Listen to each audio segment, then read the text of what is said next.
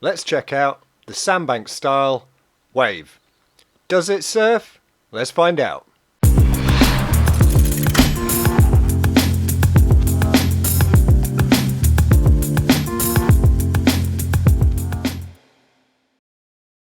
It's a 9'6" board, but this review was cursed. Not the board, it was a mixture of conditions. My GoPros kept fogging up, I lost data, they got corrupted. I don't use them anymore, and I'm not going to go on about it in this review. So, what is it? It's an ISUP. It's 9'6", it's a tri-fin setup, 2 thruster, 1 centre fin. Check out the unboxing for more details and a closer look at the board. The way I'm going to break this video down, it's pretty much 2 parts, 1 wave and 1 just flat water paddling. How does it handle? How does it check out? And does an ISUP work in the waves? Okay, the first thing I noticed with any lighter, smaller ISUP is obviously it's easy to get into the water. 9'6", 32 inches wide, and only 4.7 inches deep, which is important. Basically, if you want to surf with it, you need a board that is going to be manoeuvrable under your feet and give you a chance to actually turn and carve on the waves. There'll be a link down below where you can pick one of these up, but you'll notice it's in the junior section. However, when I went out there, I'm about 68 kilograms. The board was absolutely fine. Now, I have had someone heavier on the board, and it was great. You know, it doesn't have to be a junior board. It is super stable, even for a newer, slightly heavier rider. Okay, time to catch that first wave. As you can see, I'm trying to turn. Nah, it didn't turn. You can't turn this like a normal surfboard or even a hardboard SUP. You'll be leaning from the middle and there's no defined rail, the rail being the rounded edge of the board. So here we go again, just pretty much straight at the beach. It does catch tiny little waves. It also gets going quite quickly. I don't quite get on this wave because I'm not far enough forward on the board, but that was a tiny wave, it's like 1 foot wave. But it will catch almost anything. What it won't catch is waves over 4 foot. I did have footage of this, but that footage got corrupted. This is a loan board from Sandbanks, so it's had to go back, so I haven't had a chance to do a follow-up. So basically, if you want a board that you can pretty much drive straight at the beach, a little bit of turning, this is the board. It does work. Don't be expecting top and bottom turns.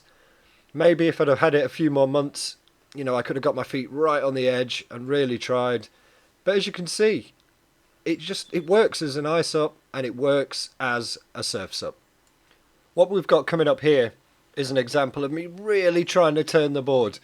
My back foot was in the wrong position, but if I was on my rigid board, my composite, and I was leaning that far, the board would have carved.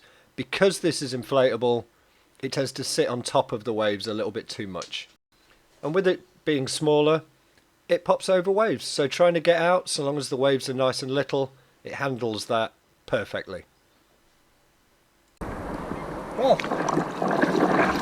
Sandbanks style wave board. Kind of filming this all in the morning, but it'll be cut together and it'll be fine. Just trying it on the flat because the tide's all the way in. We've got to get off the campsite, so I thought what better time to try it when it's still, see what it's like. Overall, it's incredibly stable. For such a short board, it feels wide, it did work, and the waves weren't ideal, so this does work as a riverboard as well. Let's have a play around on it. So if I go a bit far back, know, I'm a good 8 inches away from the centre line there. The nose is now sticking out, which is good, and that just turns beautifully.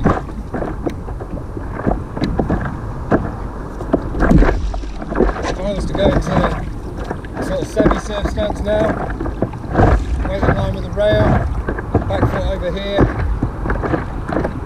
that's not bad at all. And it's going in a straight line. I've pushed the fin all the way forwards. The fin does feel a little big for me for a surf sub, if you could get another fin for it.